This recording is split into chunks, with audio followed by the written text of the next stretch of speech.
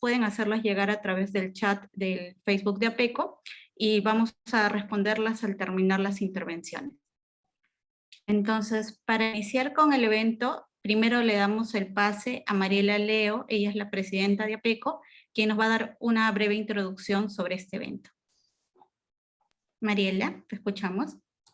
¿Qué tal? ¿Qué tal? Buenos días con todos y con todas. Soy Mariela Leo, presidenta de APECO y coinvestigadora en este proyecto. A nombre de APECO y de todos los investigadores participantes, quiero darles la bienvenida a este evento de cierre ya del proyecto. Como saben, el objeto del proyecto es incrementar el conocimiento sobre la restauración ecológica o restauración pasiva en los bosques montanos. Solo haré una breve referencia a la zona de estudio para darle el pase luego a los tesistas para sus exposiciones. Entonces voy a compartir mi pantalla.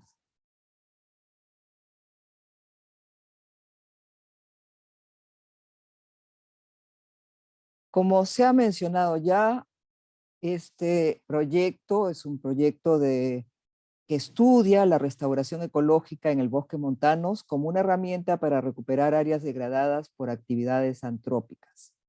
La zona de estudio donde se han realizado los trabajos es en la localidad de La Sata, en el Parque Nacional del Río Abiseo.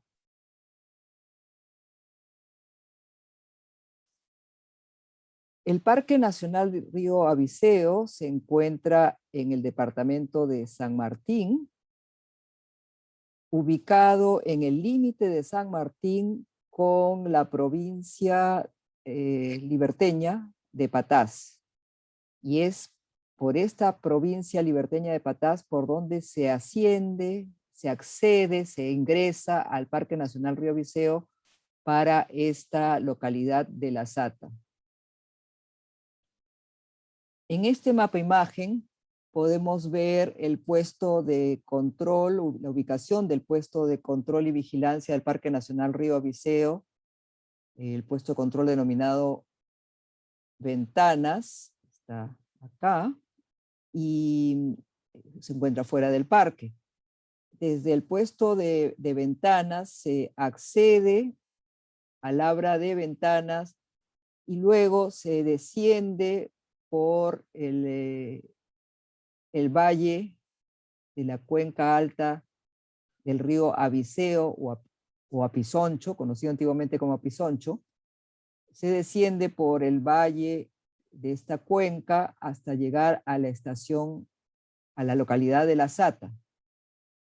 Como estamos hablando de alteraciones, y si bien no es un efecto antrópico, pero es interesante notar acá junto a la estación, a la localidad de La Sata, un gran derrumbe que ocurrió en el año 2000. La localidad de La Sata se encuentra aproximadamente a los 2.600 metros de altura, digo aproximadamente porque obviamente acá hay una parte relativamente plana, pero está rodeada por lomadas y cerros. Y entonces usamos como altitud base 2.600 metros. Acá podemos ver la pequeña estación biológica de La Sata, que fue construida el año 2009. Y esta es la zona de estudio, que es una zona alterada, es una zona que ha sufrido a través de los años, 40, 50, 60 años de diversas alteraciones.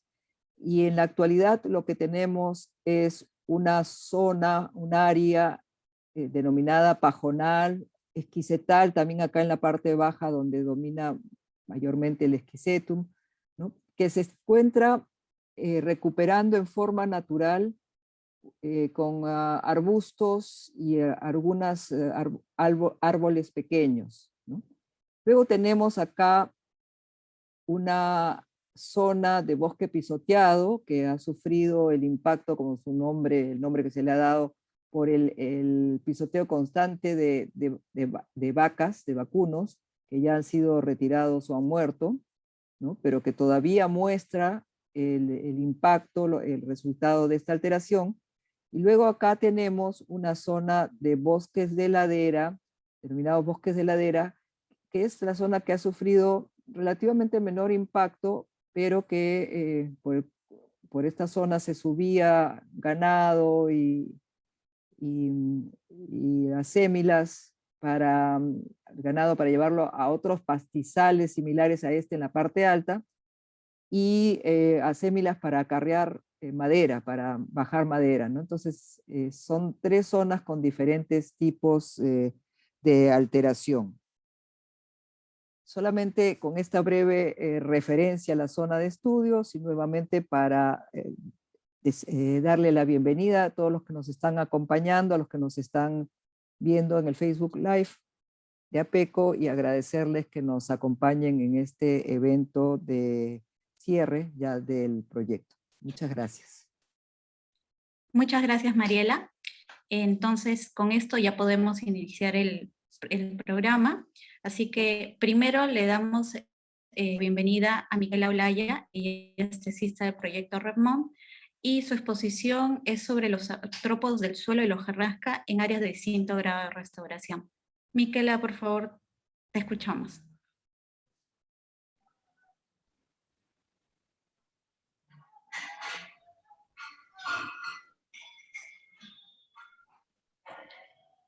Hola, ¿sí? ¿Me escuchan? Sí, te escuchamos.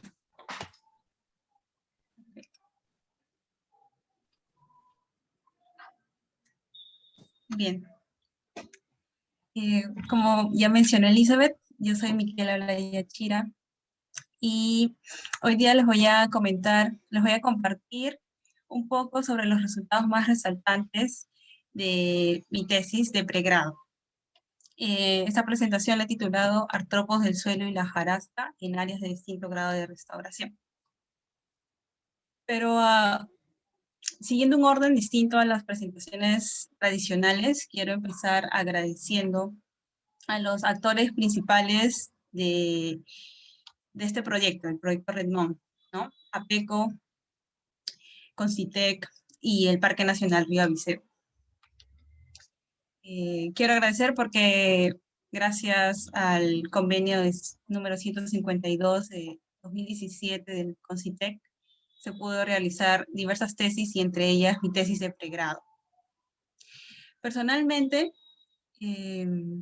ha sido una experiencia muy enriquecedora porque he tenido la oportunidad de hacer ese viaje desde la costa hasta la estación biológica La Sata y pasar y observar paisajes realmente impresionantes, la transición de las zonas altas, pasando por el bosque enano, los bosques enanos, cruzando quebradas, arroyos, y finalmente llegar a la estación biológica La Sata. Otro aporte también que siento que ha contribuido a mi persona es el trabajo realizado en campo, ¿no? Un trabajo en equipo. Aquí vemos a otra tesista, Flor Pérez, a los asistentes de campo, también el apoyo de los guardaparques, José, Rocho, y demás, que siempre estábamos dándonos la mano, ¿no? Luego, profesionalmente, esta ha sido una oportunidad muy enriquecedora, porque para mí era la primera vez que participaba de un proyecto de esa magnitud. Aquí quiero que vean un poquito de lo que se trata, planificar un proyecto y llevarlo a cabo, y llegar al sitio de estudio y todo. Un poco nada más, es un video corto.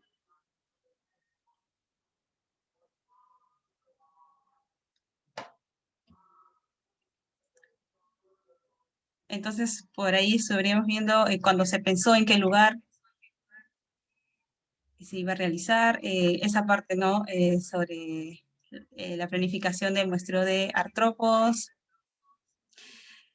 la recolección de todos los materiales, la búsqueda de los materiales, ¿no? Algunos difíciles de conseguir, la coordinación de vuelos, toda la logística que implica hacer ese tipo de proyectos. Es una experiencia para mí que, que es muy satisfactoria, ¿no? Las dificultades que a veces uno encuentra en campo, el campamento.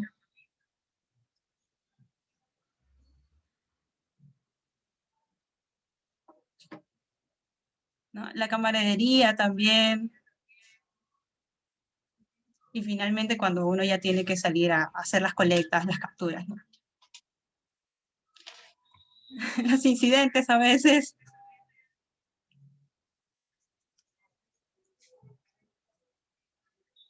Y bueno, ahí un poco sobre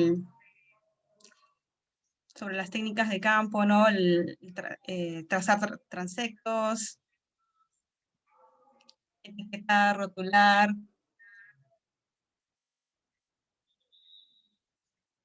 Y bueno, solo para tener una pequeña vista, ¿no?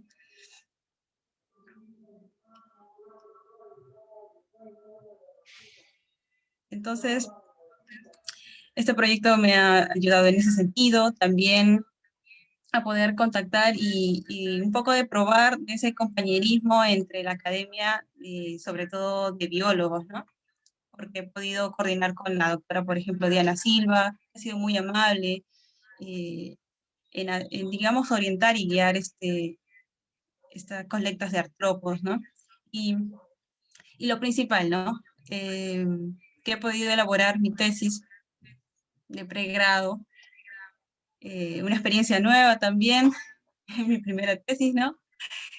Y a veces uno planea ciertas cosas para ciertas fechas, pero la vida es un sube y baja y tenemos al 2020 que nos enseñó eso y a veces las cosas se posponen, pero con empeño y con la coordinación siempre del equipo se pueden lograr los objetivos, ¿no? Y en este año 2021 pude terminar mi tesis y pudo ser sustentada y aprobada frente a la Universidad Nacional Agraria de La Molina.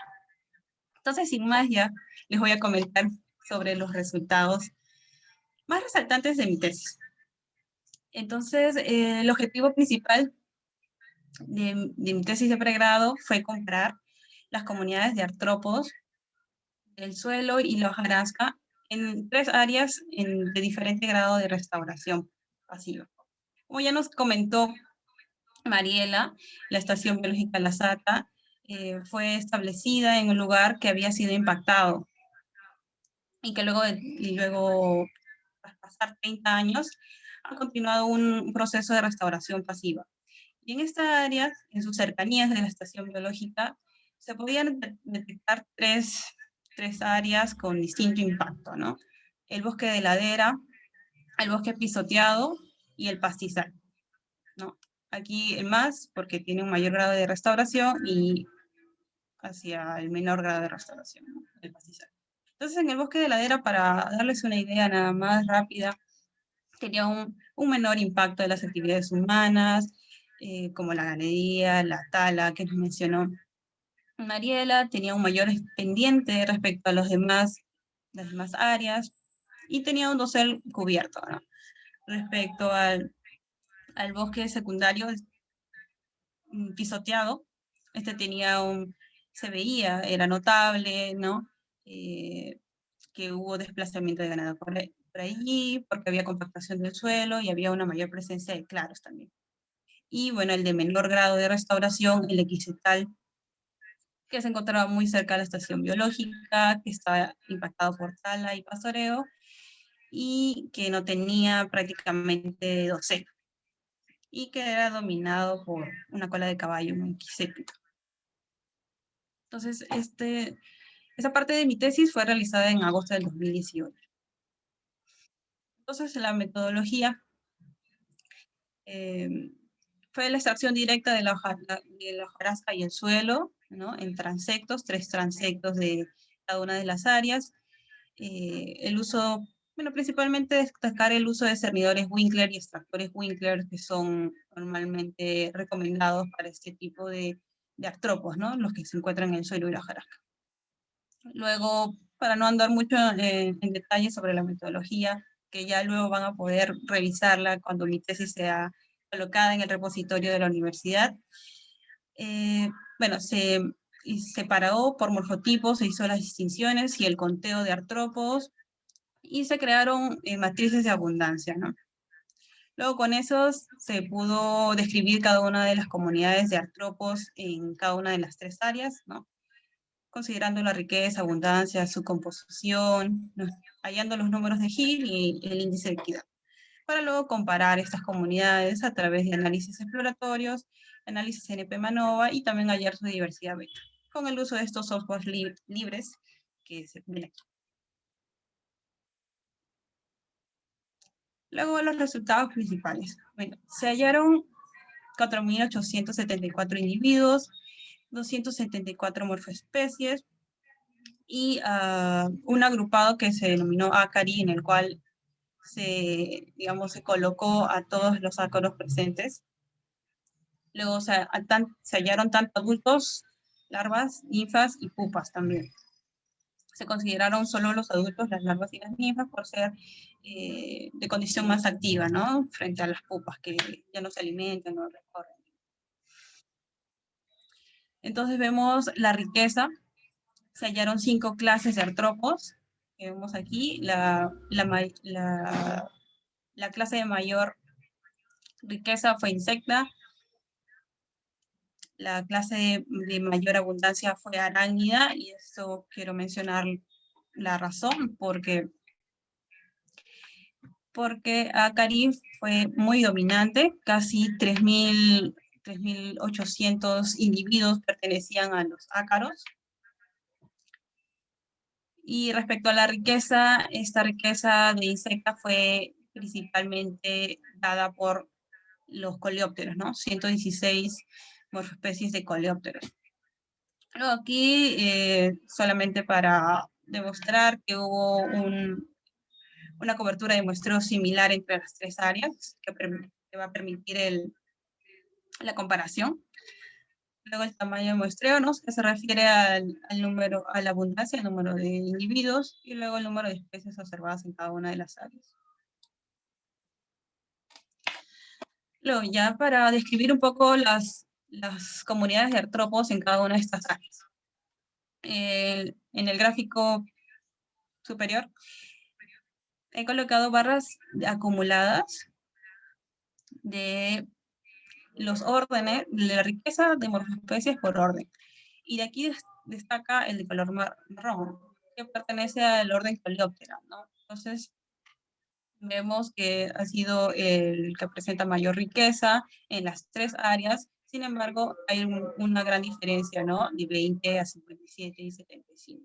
También lo que se puede observar aquí es la cercanía, ¿no? Digamos, en las riquezas del bosque pisoteado y el bosque de ladera, y su contraste con el equisetal. Luego, respecto a la abundancia,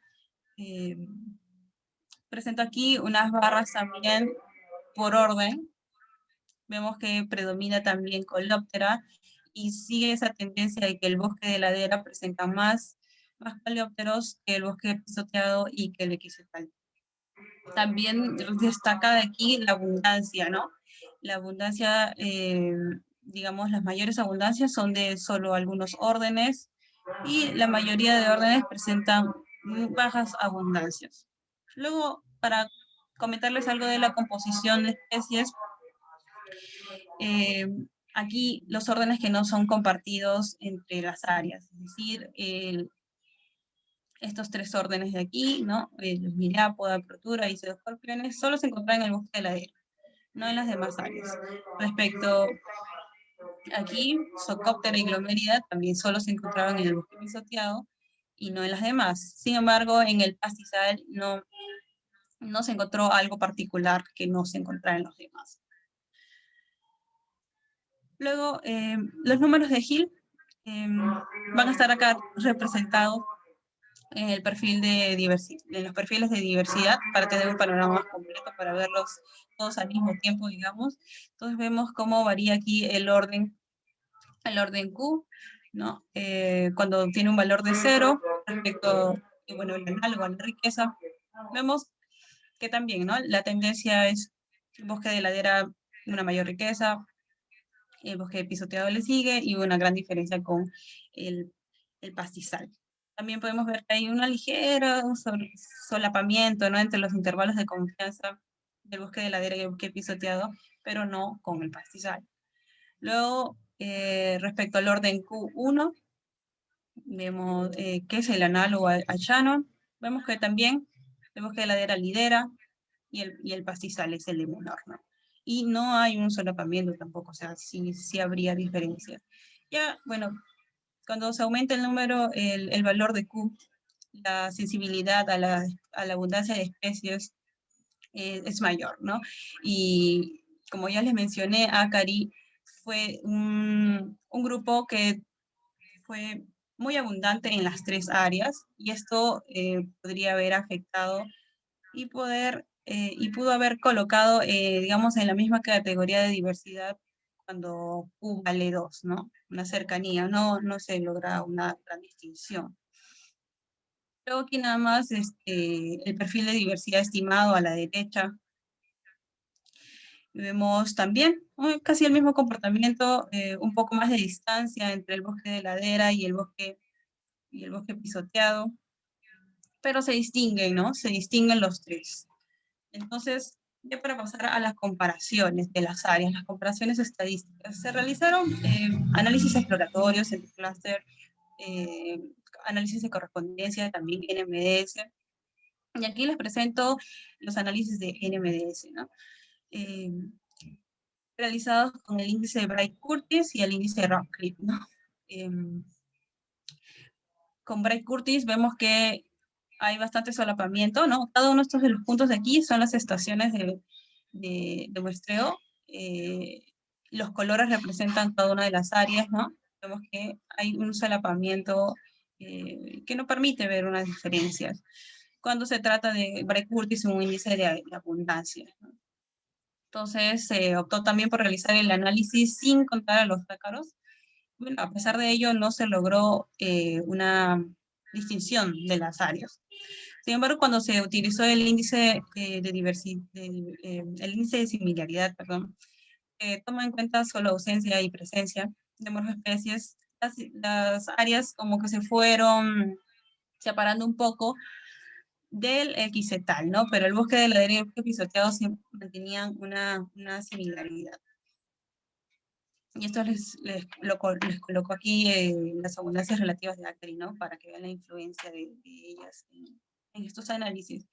Luego, la prueba estadística MANOVA sí logró encontrar diferencias significativas entre las tres áreas, y también entre la prueba por pares, ¿no? Comparando dos áreas, bosque de ladera, bosque pisoteado, bosque de ladera con pajona. En todos los casos se encontraron diferencias. Entonces, se concluye pues que el Parque Nacional Río Viseo, la Estación Biológica La Sata, presenta una notoria riqueza con 5 clases de artrópodos, 26 órdenes, también que destaca la abundancia de ácaros y una gran presencia de especies raras también, ¿no? La mayoría de ellas, más del 90%, se hallaron solamente una vez, por ejemplo. Luego, recordando el objetivo de la tesis, ¿no?, que era comparar estas tres áreas de diferente grado de restauración, podemos decir que sí son diferentes estadísticamente en cuanto a su composición, su abundancia, su diversidad de morfoespecies. Pero sobre todo cuando se excluye Acari. Porque cuando no se excluye Acari, las diferencias entre el bosque de ladera y el bosque pisoteado disminuyen. También su composición de taxa es más similar. Sin embargo, es muy contrastante con la encontrada en el pastizal, ¿no?, que es el de menor grado de restauración. Entonces, estos son los resultados más resaltantes que yo espero que pronto puedan ser leídos por ustedes, si ese es su interés, cuando la tesis sea publicada en el repositorio de mi universidad, la Universidad Nacional Agraria La Molina. Y bueno, esto está en proceso todavía. Muchas gracias por su atención.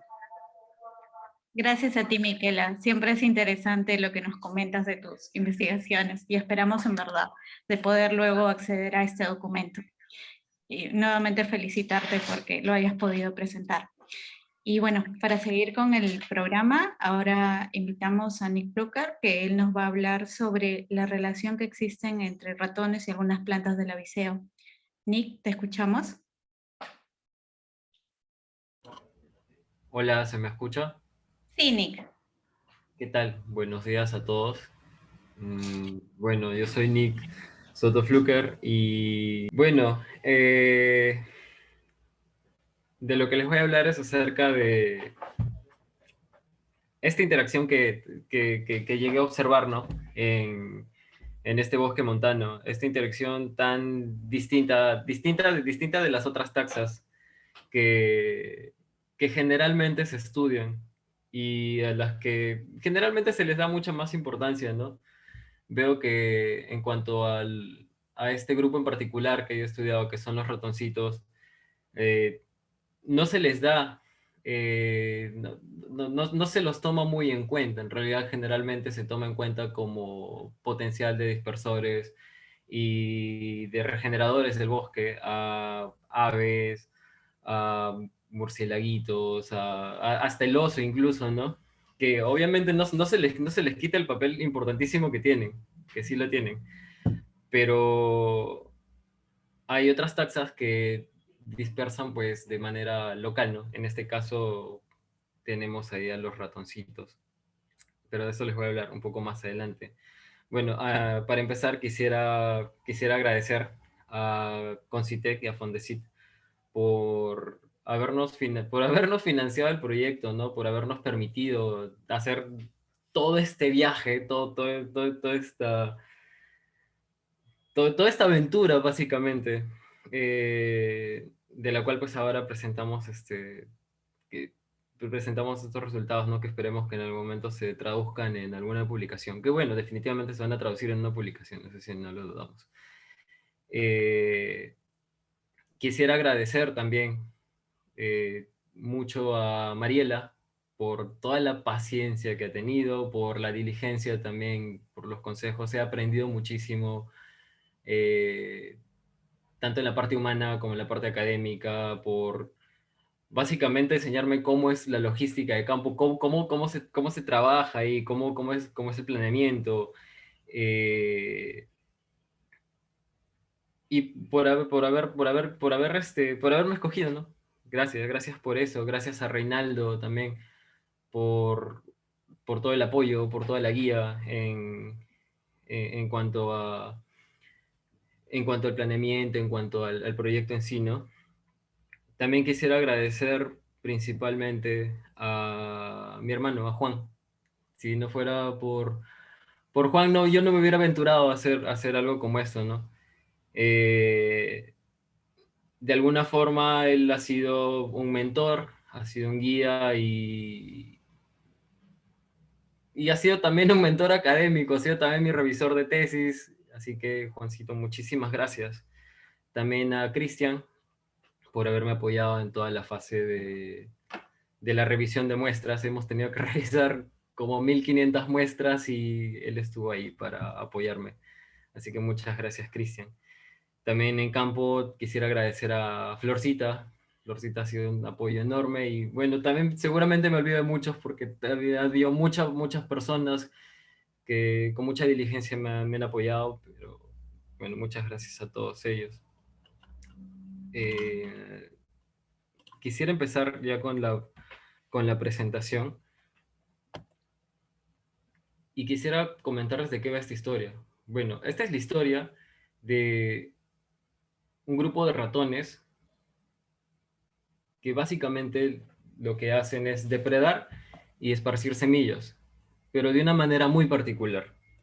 ¿Dónde ocurre esta historia? Ocurre en uno de los bosques montanos del Perú, estudiado por, por, por mi mentora, la profesora Blanca León. Bueno, generalmente muchos muchos de los estudios que se dan en mamíferos y en roedores se dan en mamíferos de gran tamaño, porque es mucho más fácil estudiarlos porque son grandes, puedes poner cámaras trampa, las semillas que consumen también son grandes y pues las plantitas que dispersan son árboles generalmente. Y como nosotros estamos bien pegados a la hipótesis de Jansen y Connell, pues estudiamos árboles porque básicamente la dispersión está restringida más que todo al tipo de estrategia que él plantea, ¿no?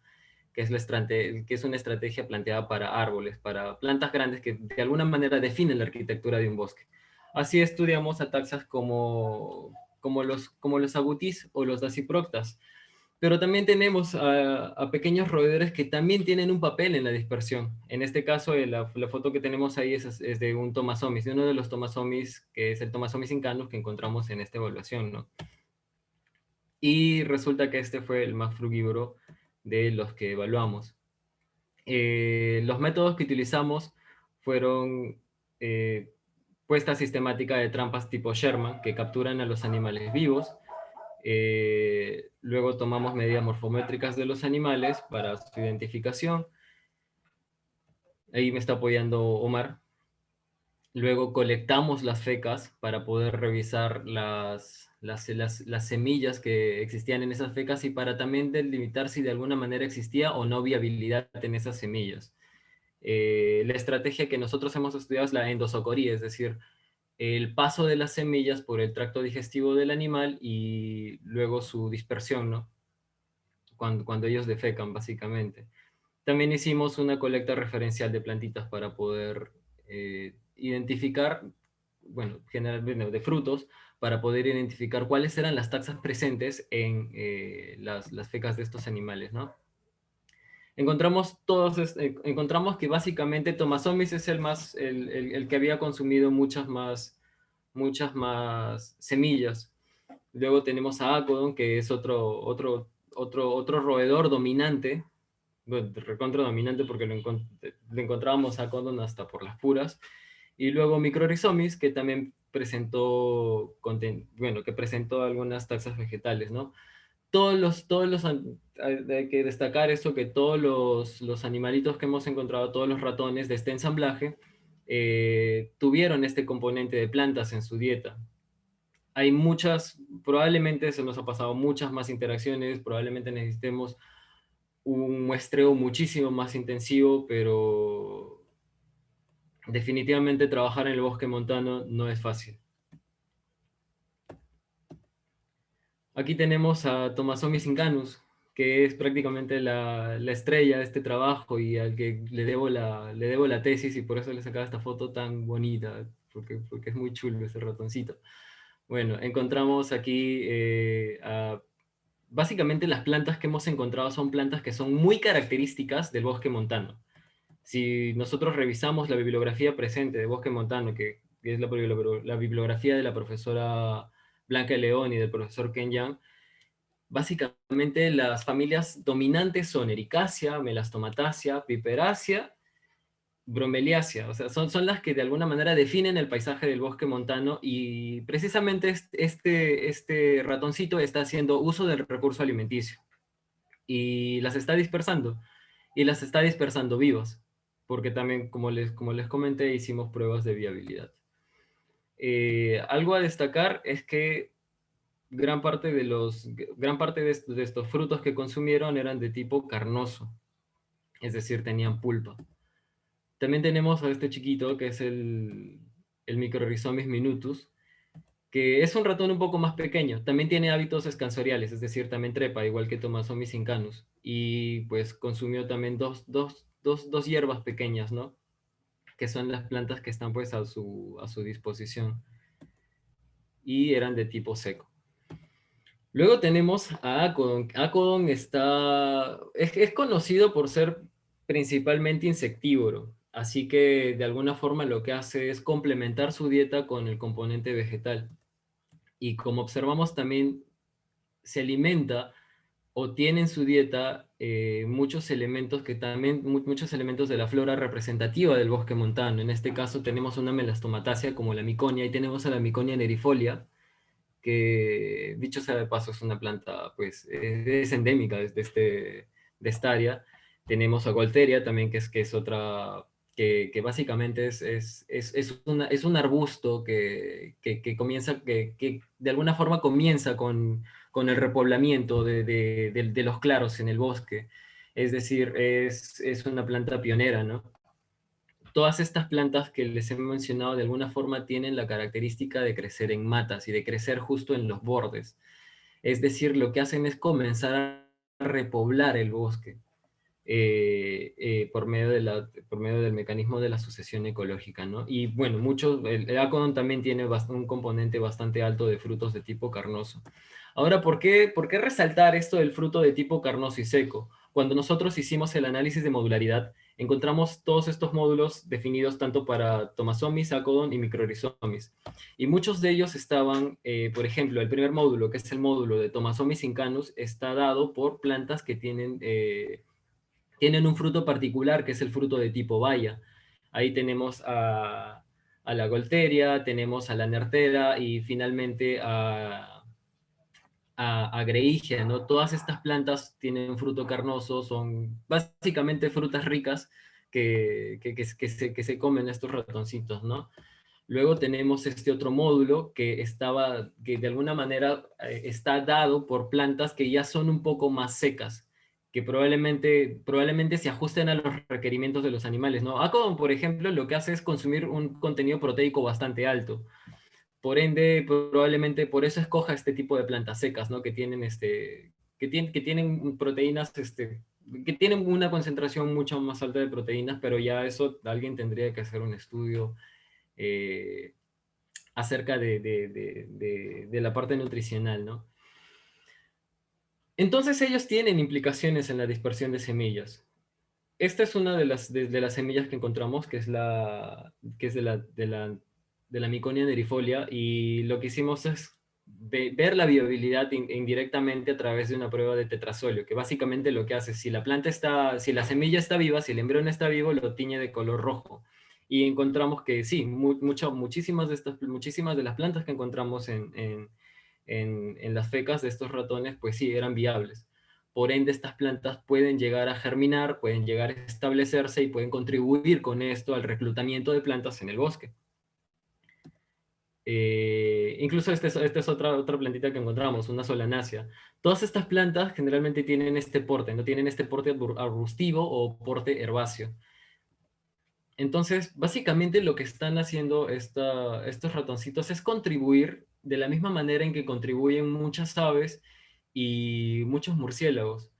Es decir, contribuir con esta vegetación que de alguna manera es pequeña, gusta mucho del sol, es heliófita, pero que sienta las bases y genera el ambiente propicio para que componentes como los árboles, que de alguna manera tienen ciertos requerimientos para crecer, puedan hacerlo, puedan germinar, ¿no? Como les comenté, un problema grande con esto es que la estrategia principalmente estudiada es la del scatter hoarding. Es decir, es la estrategia en la cual los ratones lo que hacen es coger las semillas y enterrarlas. Y a veces como que cogen y entierran tantas semillas, pues se olvidan de dónde está tal o cual semilla y la semilla al final termina germinando en un árbol tremendo, ¿no? En un árbol de castaña, como por ejemplo, como lo que pasa en la selva baja, ¿no? Muchos de estos agutís lo que hacen es eso, entierran esta semilla y al final tienes una castaña gracias a este dispersor. En este caso nosotros hemos estudiado la endosocoría, que como les comenté hace un momento es el paso de la semilla a través del tracto digestivo, posteriormente se defeca, pero se defeca viva. Incluso el mismo paso a través del tracto digestivo lo que ayuda es al debilitamiento de la testa, es decir, a que esta cáscara dura de la semilla se debilite y esto probablemente permita a la semilla germinar pues de una manera mucho más eficaz, ¿no? Esta estrategia ya ha sido estudiada, bueno, no ha sido muy estudiada, pero sí ha sido estudiada ya en Manu, por ejemplo, por Solari o en otros países del neotrópico, ¿no? En el caso, pues, de Miconia, que es una de las plantas que tenemos, que hemos registrado en la dieta de estos ratones, pues ha demostrado tener esto, tener viabilidad después de pasar por el tracto digestivo de estos ratones, ¿no? También otra cosa a resaltar es que nosotros como que en ciencia vivimos de alguna forma en dogmas. Es como que nosotros también nos generamos ciertos dogmas, ¿no? En cuanto a ciertas teorías que definen cómo debe ser la dispersión y cómo no debe ser, pero tenemos que la misma naturaleza es bastante variada, entonces va a presentar diversos tipos de estrategias dependiendo de la misma biología, de la misma ecología y de la misma fenología de las plantas, ¿no? Obviamente un árbol no se va a dispersar de la misma manera que un arbusto, que una mata. Y también, dado que muchos de los estudios están dados en selva baja, donde pues todos son árboles gigantes, las condiciones no van a ser las mismas que en la selva alta, ¿no? Que en el bosque montano. Así tenemos que o sea, uno de estos dogmas es que, pues, mientras más pequeño eres, eres más depredador de semillas, y mientras más grande eres más dispersor de semillas. Pero no contamos con una estrategia que Howe presenta, que es el clump dispersal, que es la dispersión en agregados, que básicamente es eso. Los animalitos, como tienen dispersión local, o sea, dispersan solamente de manera cercana, porque obviamente no vuelan como un murciélago o como un ave. Entonces, al dispersar solamente de manera local, generalmente toda esta dispersión se concentra en agregados. Esto lo podemos observar, por ejemplo, en el oso, ¿no? En el oso de anteojos, que bueno, deja tremendas fecas, y pues ahí básicamente crece todo un pequeño bosquecito. Pero también hemos observado eso en el tipo de crecimiento que tienen, que tienen básicamente casi todas las plantas que dispersan estos ratoncitos. Eh, bueno, entonces eso, para, para finalizar, quisiera,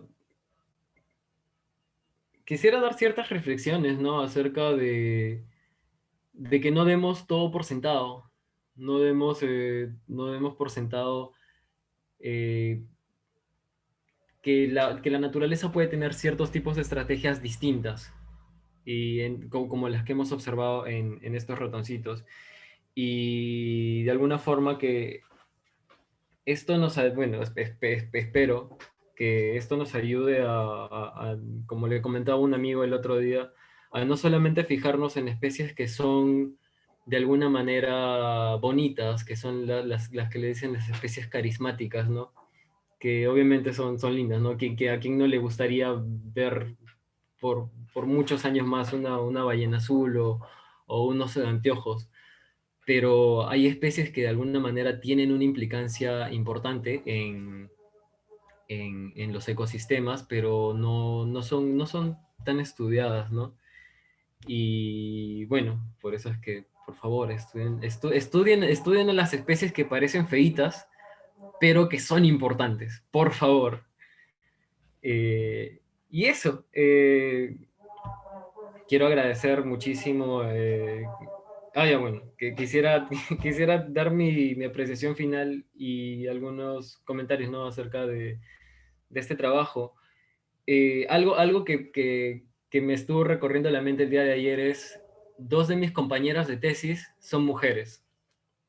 Una de las personas que dirige todo este proyecto es una mujer. Y yo, como persona no binaria, también parte del colectivo LGTB, me pareció de alguna manera, no sé, me llenó el corazón, me pareció muy hermoso que de alguna manera proyectos como este o sea, que se haya dado la oportunidad a otros grupos, porque creo que creo definitivamente, definitivamente lo corroboro, que hay demasiado machismo ahora sí me voy a poner político, lo siento, pero creo que hay demasiado machismo en el mundo de la biología. Eventualmente se está empezando a trabajar en eso. y de verdad me alegra muchísimo que dos de mis compañeras sean mujeres. Y bueno, eso básicamente. Muchísimas gracias. Aquí tenemos a mi hermano, esta foto es de Javier Balqui, a Juancito. Muchísimas gracias por tu apoyo, te voy a estar agradecido durante toda mi vida. A Florcita, que también fue prácticamente mi apoyo emocional y mi apoyo logístico en,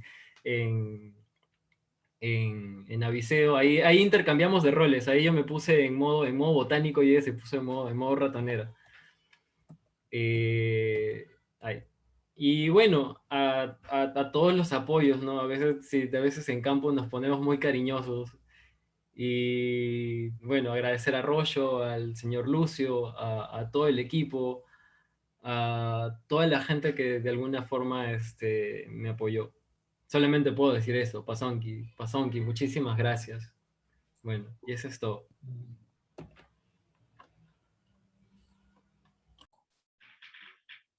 Muchas gracias, Nick.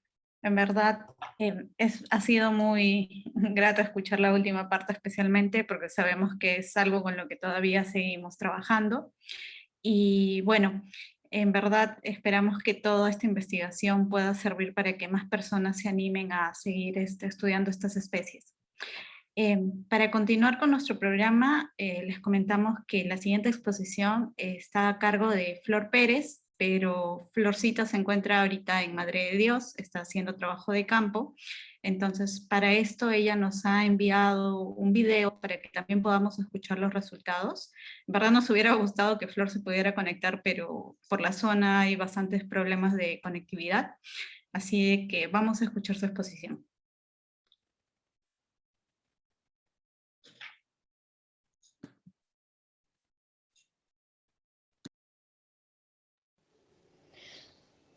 Muy buenos días con todos. Mi nombre es Flor María Pérez Moyisaca y soy bióloga egresada de la Universidad Nacional de San Antonio Abad del Cusco.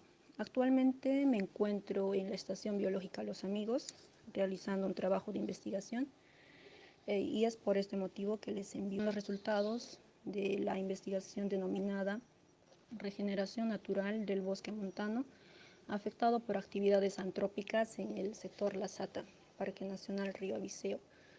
Este trabajo de investigación fue realizado en el marco del proyecto REPMON, Restauración Ecológica en Bosques Montanos, como herramienta para recuperar áreas degradadas por actividades antrópicas. El objetivo principal de ese trabajo fue evaluar la regeneración natural del bosque montano afectado por actividades como tala selectiva, ganadería y agricultura extensiva, a través del estudio de la composición florística, la estructura y la diversidad. Para ello se instalaron 14 parcelas tipo Whittaker y estas parcelas fueron ubicadas en 4 zonas: vegetación abierta, bosque con sotobosque apisonado, bosque de ladera y bosque remanente. Los 3 primeros con diferentes grados de disturbio y el bosque remanente es el menos impactado y ha sido utilizado como ecosistema o bosque de referencia.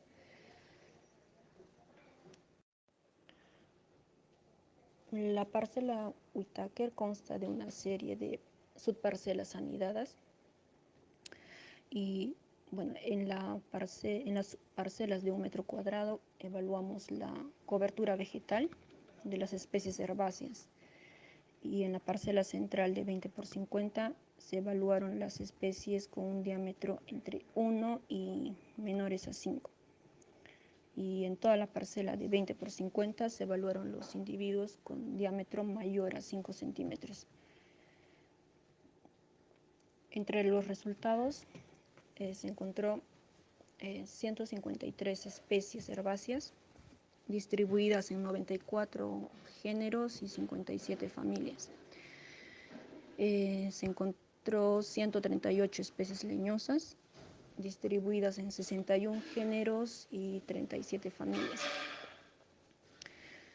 y se realizó la distribución del número de individuos por clases diamétricas, en donde se observa un mayor número de individuos en las clases menores, entre 5 y 14,9. Esto nos da una idea de que el bosque de ladera y el bosque con sotobosque apisonado están recuperándose. Y a diferencia de la vegetación abierta, en donde se tiene muy pocos individuos en la clase de 5 y 9,9. Y esto puede deberse a que las condiciones del suelo no son adecuadas para el desarrollo de las plántulas de especies leñosas.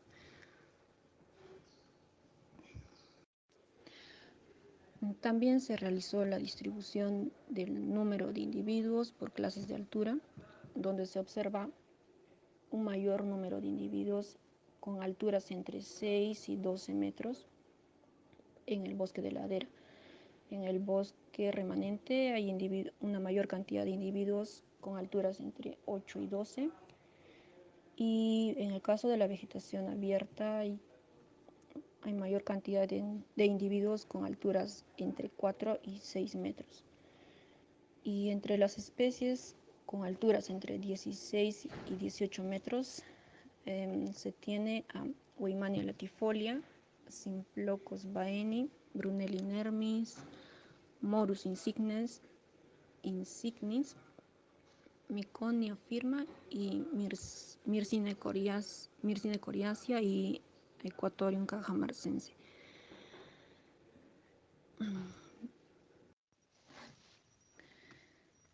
Entre las familias con mayor número de individuos se tiene la familia Melastomataceae, Cunoniaceae, Asteraceae y Primulaceae. Esto para el caso del bosque remanente, bosque de ladera y bosque con sotobosque apisonado. En el caso de la vegetación abierta, la familia más abundante es Scaloniaceae. Y también se realizó el índice de valor de importancia a nivel de especie. Y en el caso del bosque, tenemos, para la vegetación abierta, las especies más abundantes o más importantes en este caso son Scalonia myrtilleoides y Simplocos baeni. Y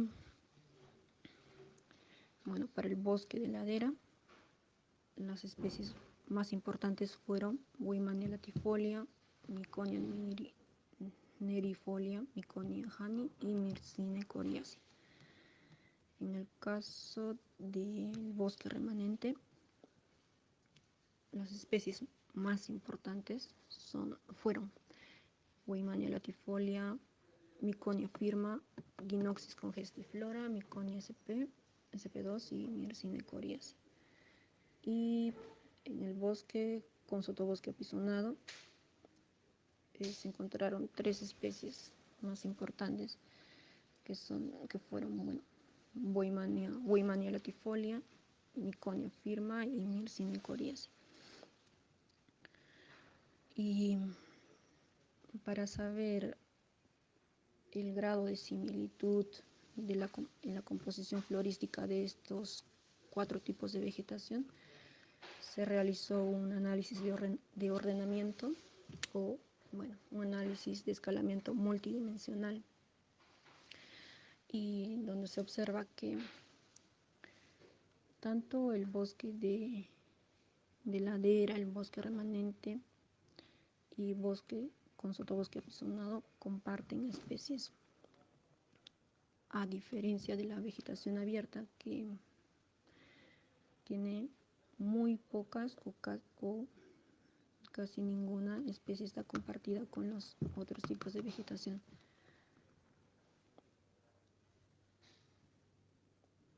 Y también se hizo la comparación de la estructura y la diversidad en cada tipo de vegetación.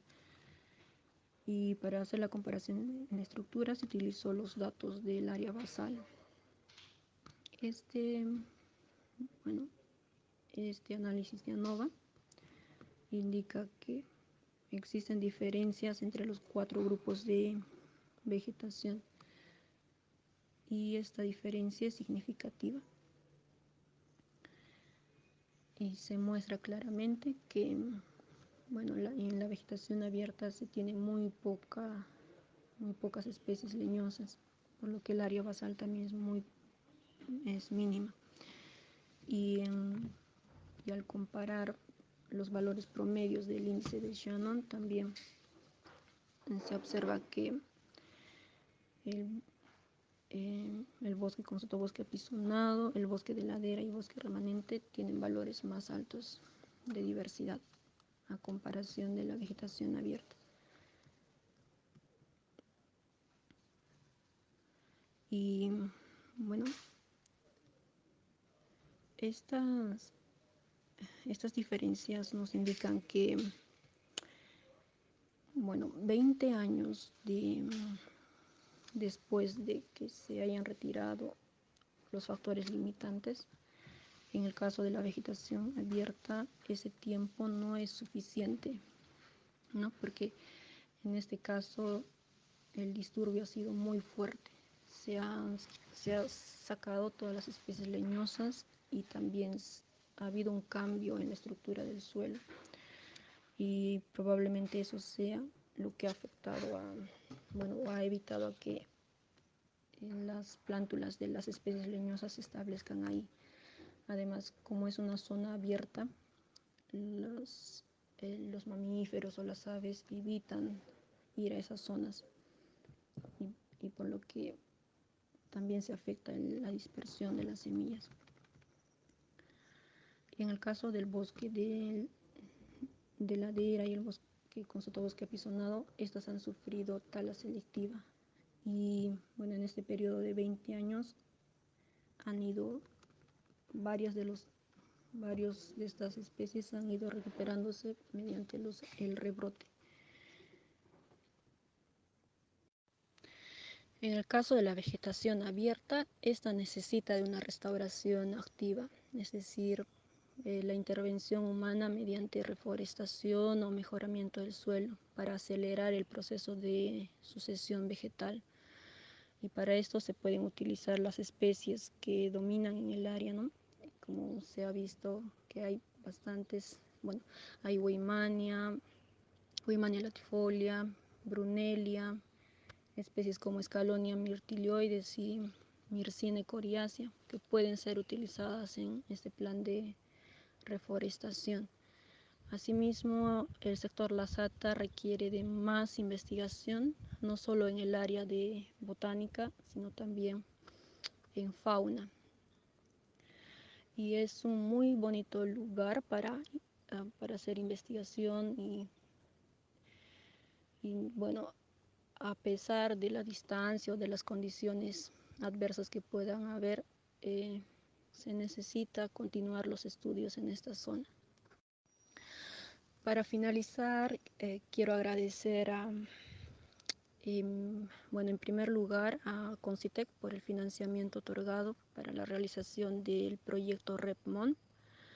También quiero agradecer a los coordinadores del proyecto, la magíster Mariela Leo y el doctor Reinaldo Linares, por todo el apoyo durante la fase de campo y también por su asesoramiento en el trabajo. A mi asesor, el doctor Isaú Huamantupa, a los compañeros, al equipo de trabajo por su ayuda durante la fase de campo, al personal administrativo de APECO por su ayuda en las coordinaciones logísticas. Agradecer también a mi familia y a mis amigos que siempre están ahí apoyándome en todo lo que necesito y por el soporte emocional. Muchas gracias a todos.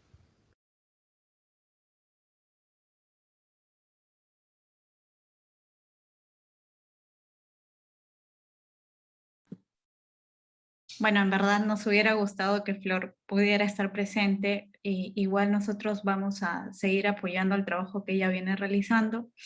Como mencionaba, es necesario todavía continuar con investigaciones dentro de la zona.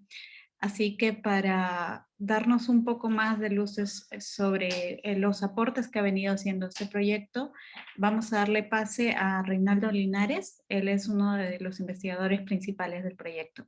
Reinaldo, te escuchamos. Muchas gracias, Elizabeth. Buenos días con todos. Y bueno, como mencionó Mariela al principio, este de alguna manera es el evento de cierre del proyecto, ¿no? Y como han podido ir viendo también, los trabajos que han venido haciendo los tesistas han sido bastante diversos, ¿no? Hemos visto temas de vegetación, de artrópodos, de mamíferos pequeños. Entonces, yo quisiera de alguna manera hacer una recapitulación y una síntesis un poco de qué significa estos diferentes estudios que se han hecho en el contexto de la zona. Entonces voy a hacer una breve presentación. Acá. Entonces, tenemos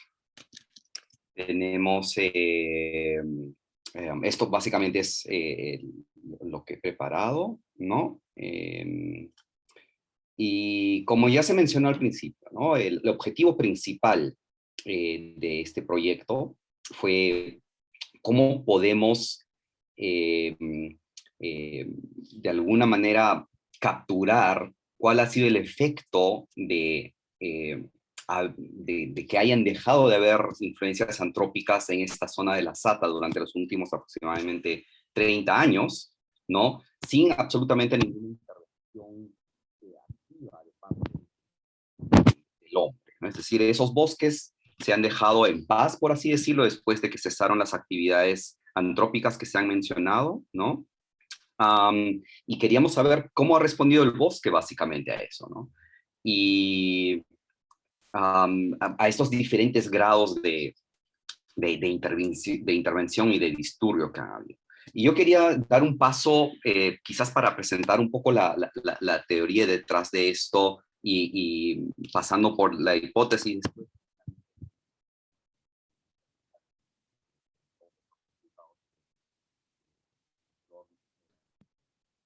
Reinaldo, ¿no te escuchamos la última parte? A ver, ¿ahora mejor? Sí, ahí está mejor. Ok. Sí, yo básicamente nomás quería decir que quería, antes de ir a discutir algunos de los resultados, presentar un poquito de dónde viene el objetivo del proyecto, ¿no? Entonces, si nosotros nos imaginamos que tenemos el ecosistema original que no ha sido intervenido, no ha tenido, digamos, ningún tipo de alteración por parte principalmente del ser humano que sea fuera de su curso natural, ¿no? Lo tenemos ahí, va a tener ciertas características en términos de su biomasa, de plantas, de animales, de las interacciones que hay entre estos, también con su medio abiótico, por supuesto. Y por otro lado, en el eje X tenemos en términos de su estructura, ¿no? ¿Cuáles son las especies que están, cuántas están y cuál es la complejidad de esta biodiversidad que generalmente conocemos, ¿no? Entonces, si hay algún tipo de intervención, por lo general hay un retroceso tanto en términos de su biomasa y como en la estructura también, ¿no? Y es algo como lo que podemos ver de alguna manera ahí en el gráfico.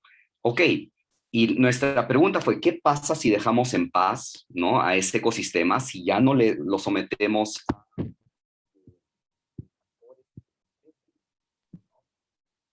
Reinaldo, bueno. ¿Hola? Ya, ahora sí. Sí. ¿Y qué pasa si ya no lo sometemos a factores que lo estresen? Y básicamente puede tener dos direcciones, ¿no? Una es que de alguna manera intente regresar hacia características similares del ecosistema original. O por otro lado, que más bien se vaya degradando aún más y se aleje de ese ecosistema original, ¿no? Digamos que cada vez valores más bajos de biodiversidad y contribuciones más bajas en términos de procesos ecosistémicos. Esto fue, digamos, el marco conceptual dentro del cual comenzamos a trabajar. Y entonces, ¿cuál fue nuestra hipótesis y ha llevado al sitio de la SATA, ¿no? Entonces, ahí podemos ver, ¿no?, que tenemos los diferentes tipos de vegetación que ya han mencionado los tesistas, ¿no? Desde el bosque que voy a llamar maduro de alguna manera, pero es el bosque, digamos, mejor conservado que teníamos en la zona, y con niveles cada vez menores de estructura, de diversidad, de composición de diferentes organismos, ¿no? Por el bosque apisonado, ¿no?, que es aquel en donde habían entrado de alguna manera vacas, donde había habido quizás tala selectiva, pero de alguna manera se había mantenido una buena parte del bosque, y pasando finalmente a estas dos categorías acá hacia la derecha de este gráfico, que básicamente eran las zonas donde se había sacado mucho de la cobertura vegetal original, y había habido pastoreo de ganado vacuno principalmente, y de alguna manera algún tipo de agricultura, ¿no? Entonces, en términos de, nos interesaba saber qué pasaba con, por supuesto, la estructura, es decir, qué está por encima de la tierra, ¿no? Por eso trabajó Flor con el componente de vegetación. Nos interesó saber qué pasaba con, por ejemplo, un componente de la fauna, como lo trabajó Nick. Pero, por supuesto, también vimos procesos y características más de la composición del suelo, ¿no? En términos del banco de semilla y de los invertebrados que pudieran estar ahí entre la interfase del suelo y la hojarasca, ¿no? Y claro, como podemos ver acá, depende de qué tan fuerte es el disturbio, cuánto tiempo ha durado, ¿no? Y esto va a tener repercusiones sobre la biodiversidad, sobre cómo ingresan o no y cuáles especies invasivas. Y finalmente, esto tiene un impacto sobre todo sobre los costos si es que uno pretende hacer restauración. Entonces, esto fue la hipótesis, y esto es lo que pensábamos encontrar, ¿no? Y ya lo han descrito también nuestros colaboradores, ¿no? Teníamos estos diferentes tipos de bosques, 2 eventos de muestreo en años separados, ¿no? 2018 y 19. Hicimos trabajos en vegetación, como lo demostró Flor, y también en fauna, ¿no? Como lo mostraron Nick y Miquela. Y de alguna manera, este es quizás el cuadro con el cual yo quisiera sintetizar mucho de lo que han estado presentando nuestros colegas previamente, ¿no? Y acá ya lo he reducido a lo que es el bosque de ladera, que es esta versión de bosques que está bastante más conservada en la zona. No significa que no haya tenido ningún tipo de intervención, ¿no? No es el bosque, digamos, pristino, maduro, que no ha sido tocado. Seguido por el bosque apisonado, ¿no?, que es donde había quizás algún tipo de tala selectiva y el ingreso de animales de ganado vacuno, y finalmente el pastizal, pajonal o equisetal, como lo han estado llamando en los diferentes estudios, ¿no? Entonces, una cosa que es bien interesante, y de alguna manera, revisando la literatura, uno puede observar eso, ¿no? Dependiendo de cuál es la óptica del objeto de estudio, ¿no? En este caso tenemos, por ejemplo, los ratones, tenemos los invertebrados, tenemos diferentes componentes de la vegetación, árboles, arbustos, hierbas, ¿no? Vamos a tener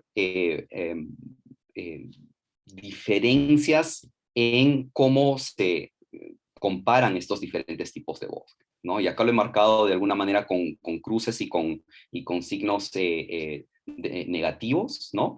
Entonces, lo más evidente para todos los estudios que hemos hecho, había una diferencia, incluso visual, eso ya era ya era claro, ¿no? Entre lo que era el pajonal, equisetal, con el resto tipo de vegetación, ¿no? Los diferentes tipos de bosques que pudieran haber.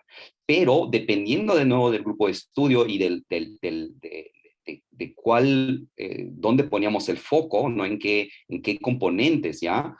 Podíamos ver diferencias ligeras. Algunas hacían que los diferentes tipos de bosques prácticamente no eran, no se podían distinguir, mientras que en otros sí se notaban diferencias bastante gruesas, ¿no? Incluso en algunos casos, dependiendo de dónde poníamos el foco, incluso tan grandes como lo podían haber con estas zonas más abiertas de pajonal, ¿no?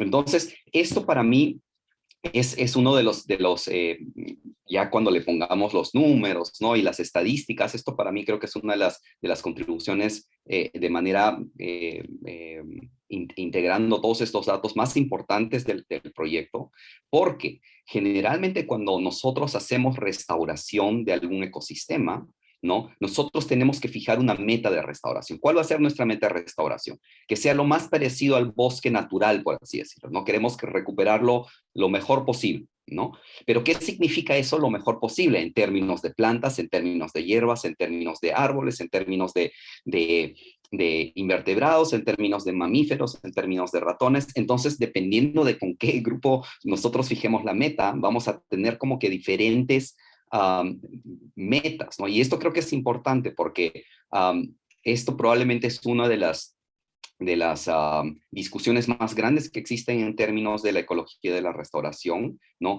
¿Cuál es la meta de restauración? ¿No? Y no necesariamente una va a ser, va a obtener los mismos resultados que otra en el mismo sitio de estudio, ¿no? Entonces, si nosotros en algún momento decimos, ok, nuestra meta de restauración es recuperar el bosque que originalmente había ahí sin intervención del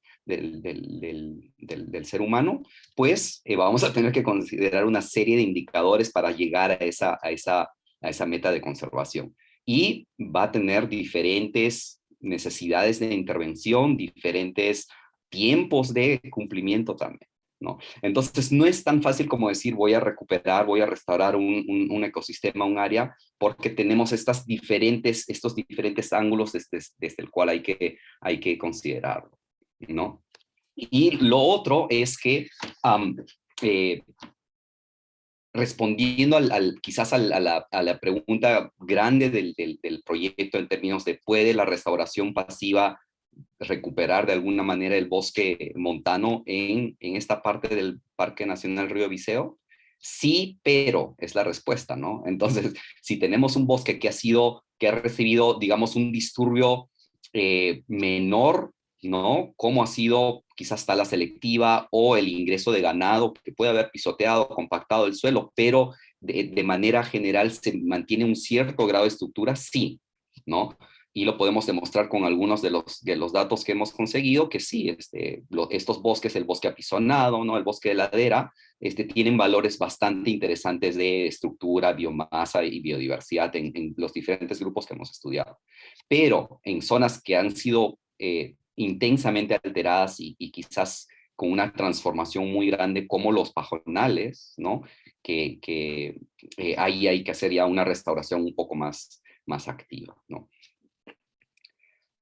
Y de alguna manera quizás esto se refleja en este gráfico que lo presentó hace ya algunos años Robin Chasdon, ¿no? Que es esto que llamaba la escalera de restauración. Y como decía al principio, ¿no? Esto al final tiene un impacto sobre todo en tiempos y en costos, ¿no?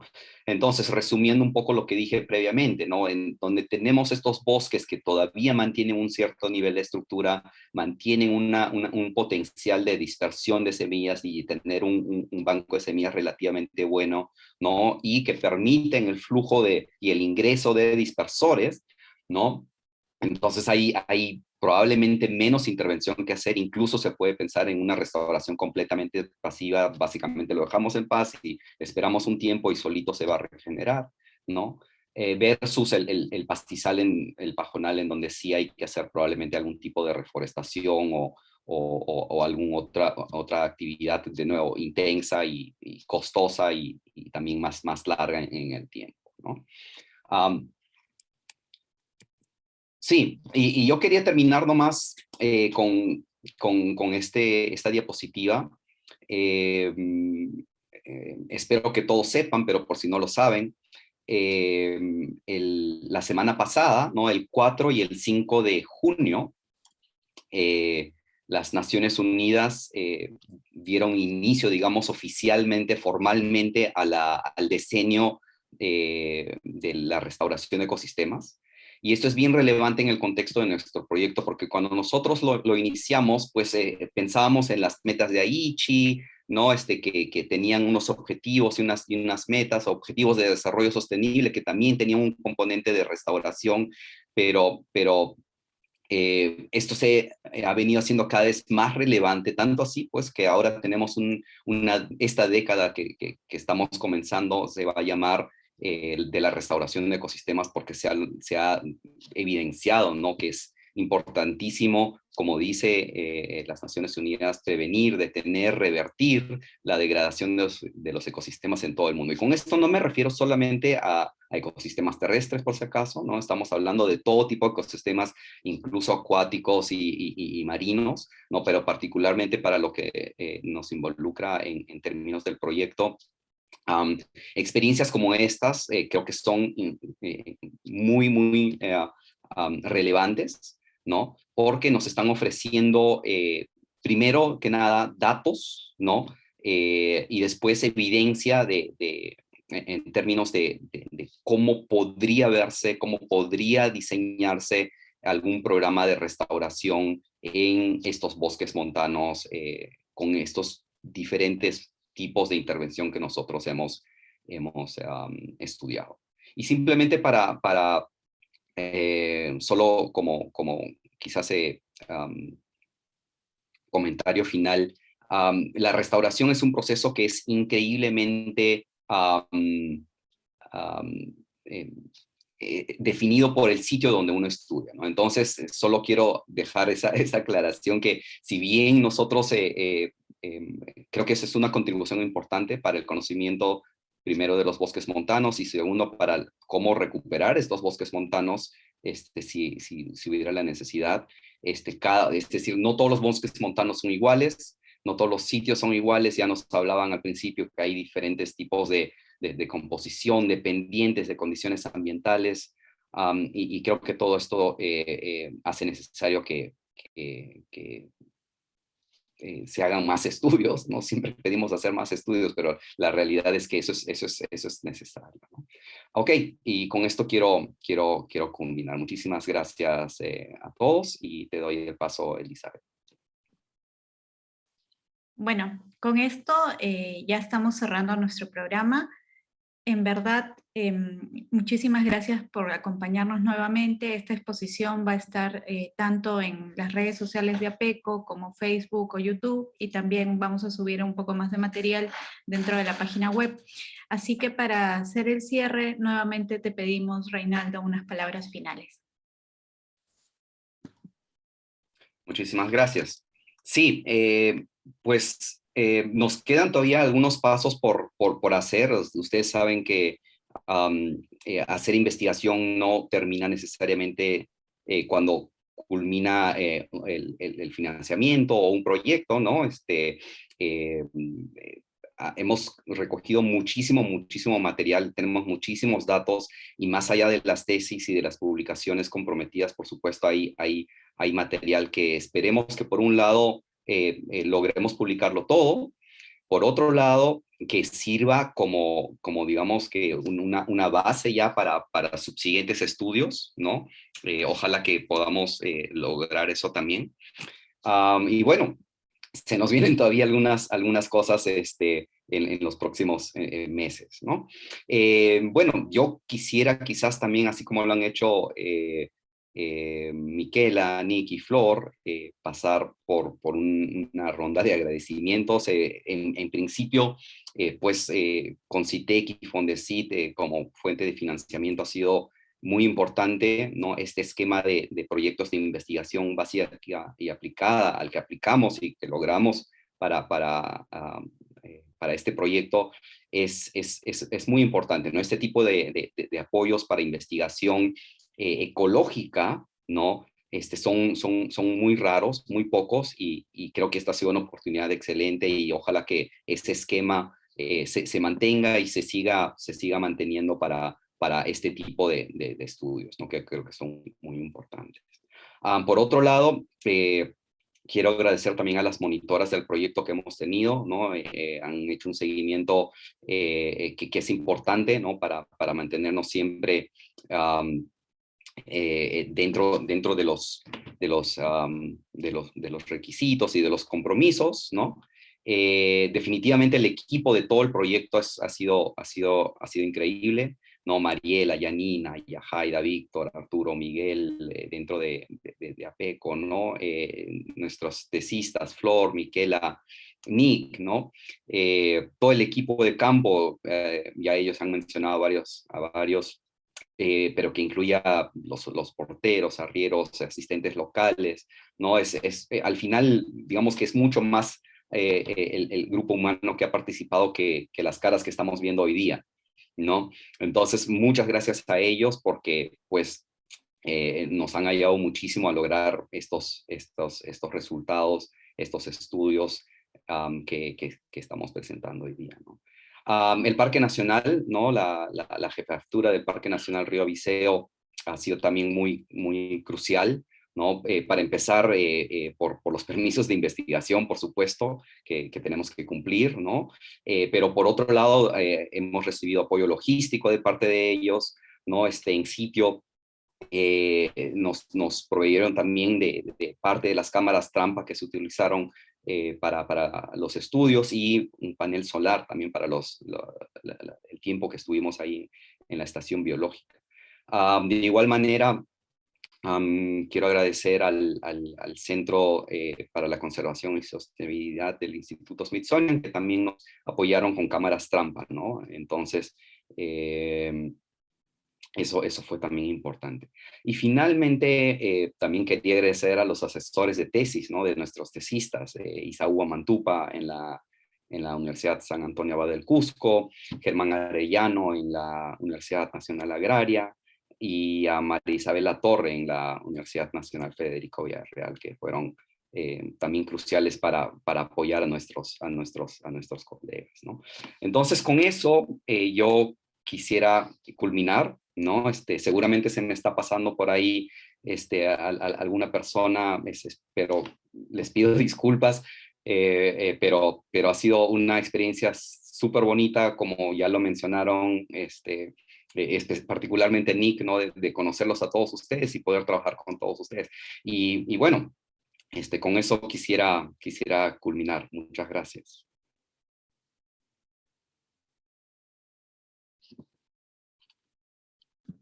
A ver, acabamos de cortar la transmisión. Se dejó de grabar, ¿no?